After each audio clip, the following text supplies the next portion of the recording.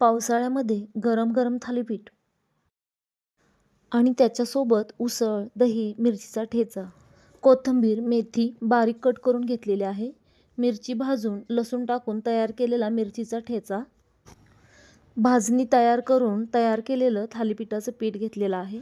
परातीमध्ये भाजणीचे पीठ घेऊन मेथी, कांदा, कोथिंबीर, गरम मसाला, धने जिरे पूड, चवीनुसार मीठ, हळद, मिरचीचा ठेचा, 1 चमचा तेल टाकून हे सर्व पिठामध्ये मिक्स करून घेऊया.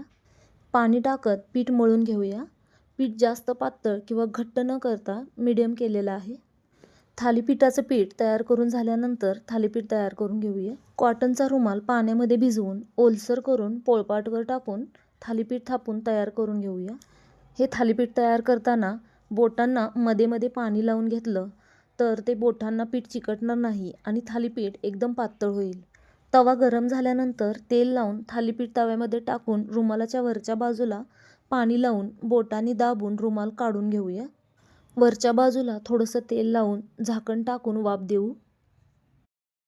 वाफ देऊन झाल्यानंतर थालीपीठ पलटून तूप किंवा तेल लावून गरम गरम थालीपीठ तयार झालेलं आहे.